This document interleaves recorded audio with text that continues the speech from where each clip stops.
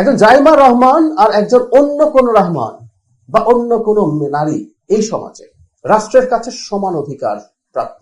কোন একটা fact checking প্রতিষ্ঠান বলেছে তার মানে এটা সিদ্ধান্ত হয়ে গেছে তা না। আমাকে অন্যভাবে নেবেন না প্লিজ। ফ্যাক্ট চেকিং প্রতিষ্ঠানগুলোর গুরুত্ব আমাদের সমাজে এখন তৈরি হয়েছে, কিন্তু একটা রাষ্ট্র কাজ করবে তার মতো করে। আপনি যে কথাটা বললেন এটা যদি সত্য হয়, একটা রাষ্ট্র কারোর উপরে কোনো অন্যায় অবিচার করবে না, কোনোভাবেই করবে না।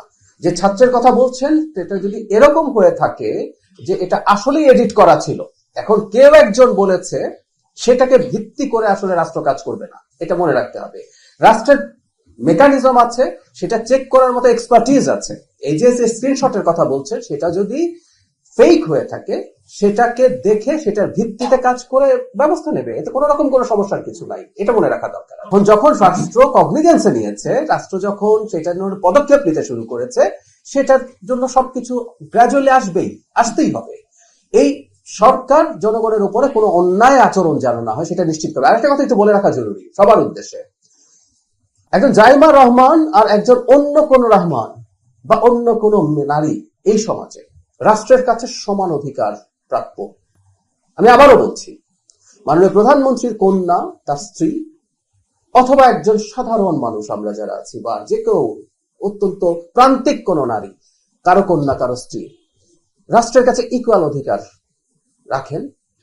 এই রাষ্ট্র, এই সরকার সে ইকুয়াল অধিকার রক্ষা করার জন্য, আমি আগেও বলেছি, আমরা কিন্তু কিছু ব্যাকগ্রাউন্ড কাজ করছি। এই ধরনের কুৎসা নোংরা কথা এই সরকার সহ্য করবে না নারীদের প্রতি, বিশেষ করে।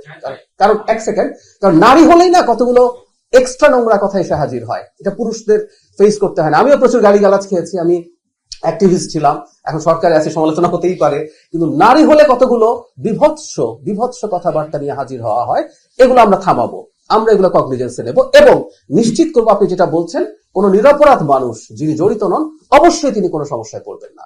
আবার একটু বলে রাখি, আমাদের সমাজে ফ্যাক্ট চেকিং প্রতিষ্ঠানগুলো আরো হওয়া উচিত, হতে হবে, অনেক কয়েকটাই আছে, কিন্তু একটা রাষ্ট্র আসলে ফ্যাক্ট চেকিং প্রতিষ্ঠান কি বলেছে সেটার উপর ভিত্তি করে সিদ্ধান্ত নেবে না।